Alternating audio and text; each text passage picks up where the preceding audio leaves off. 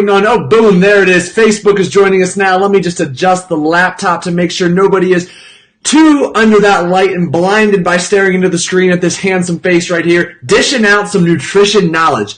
This evening, we are going to dive into the wildly popular blood type diet, or Eat Right for Your Blood Type, which was a book written, I don't remember the date, but it was popularized by, I'll make sure I pronounce his name, Dr. Peter Diadamo. Actually, the book was written in 1996, called Eat Right for Your Type, and it discusses the purported benefits of eating specific foods in specific ratios, even at specific times, to enhance your health, your happiness, and your well-being, because these specific foods were thought to align with your blood type, therefore helping to make sure that the foods are digested more effectively and efficiently, and that the nutrients are better absorbed and utilized. This evening, we're going to dive into some of these purported benefits, Dr. Diadamo's proposed mechanisms as to why eating for your blood type is so vital and so valuable, and then I'm going to share my 2 cents on the pros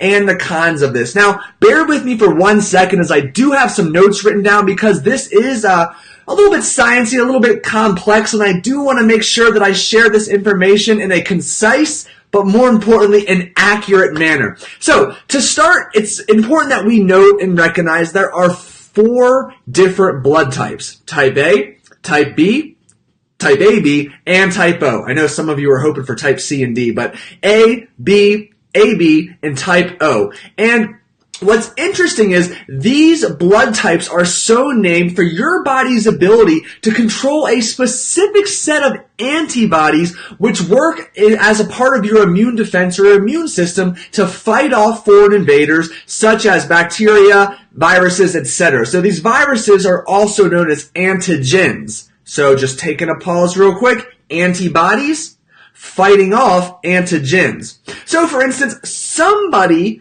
who is born with blood type A is able to recognize that specific protein A is not a foreign invader, but that protein B is a foreign invader. Therefore, when your body receives protein B through something that you eat, your body immediately mounts a defense against it to defeat and remove protein B, which is viewed as a foreign invader. Conversely, when your body eats a food that provides protein A, hey, all is good, all is cool. Nutrients are absorbed, food is adjusted well, and it's smooth sailing to a lifelong future of health and happiness.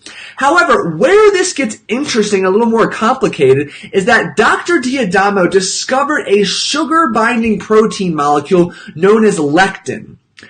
What you need to know about lectin is that it has a similar structure to the antibodies found in various foods, such as your plants, your grains, and some animal-based products. And rather than being viewed as a foreigner, this antibody-like structure is able to essentially enter your body and your digestive system relatively unscathed. And when the foreign invader disguised as this antibody actually gets into your body and it passes through unscathed, it then exerts a type of stickiness which causes a ton of disruption in your body, such as red blood cell clumping and damage to your intestinal cell lining, cell walls, and overall cell structure throughout your digestive system.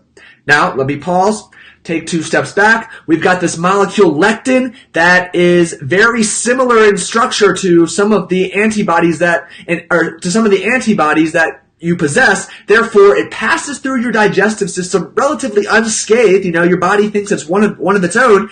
But when it does pass through unscathed, it exerts some negative consequences on your body, and that's no bueno. That's not ideal. So, what Dr. Diadamo purports and recognizes is that if you eat certain foods that align with your blood type, you're able to prevent this from happening. And essentially, you get rid of this disruption that is linked with several disease states and poor health conditions. And he then goes on to elaborate that these specific foods, foods 1, 2, 3, 4 are for those with type A, those 5, 6, 7, and 8 are for those with blood type B, and so forth down the list. So he's comprised these 4 groups of food and individualized approaches to eating and food selection based on your blood type to make sure you don't suffer from some of the dire consequences associated with having all these lectin molecules accumulate and wreak havoc in your digestive system. I know this is a lot. So here's what I have kind of determined to be some of the pros of this approach is each of these 4 dietary approaches based on your blood type, to be honest, they're focused on whole foods, nutrient-dense foods multiple times per day, high fiber carbs, fruits, vegetables, lean proteins, and healthy fats. There's nothing wrong with that whatsoever. I encourage every single person to make that the foundation of their eating habit. However, although what I described, if it made sense and didn't go over your head and I did a decent job describing it, this all looks, sounds, and makes great sense on paper.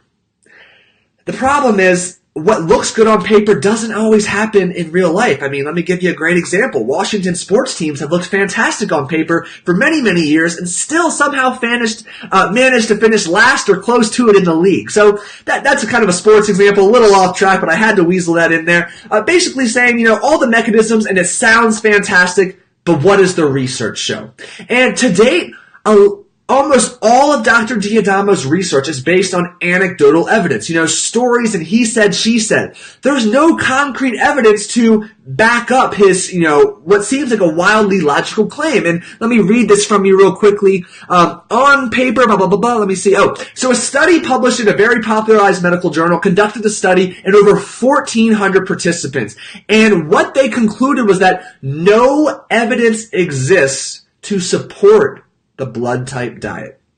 One study, I fully recognize that, but it's worth mentioning. There is still a lot more research needed to be done in this particular area of nutrition. And I'll be the first to admit it sounds promising, but we just don't know nearly enough information, and extensive time, resources, energy, money, and actual conclusive evidence is needed before we can start taking even the smallest step in that direction for society as a whole. Now, what I also want to add on here is that he has a ton of books and resources and supplements and yada yada as a result that he sells from his claims. And I'm never going to tell you specifically how you should eat. Everyone has their own thoughts and beliefs. I'm not going to steer you away from that. I just want you to simply be aware of what the blood type diet is so that you can make an educated and well-informed decision before you spend your hard-earned money and invest in your health and longevity.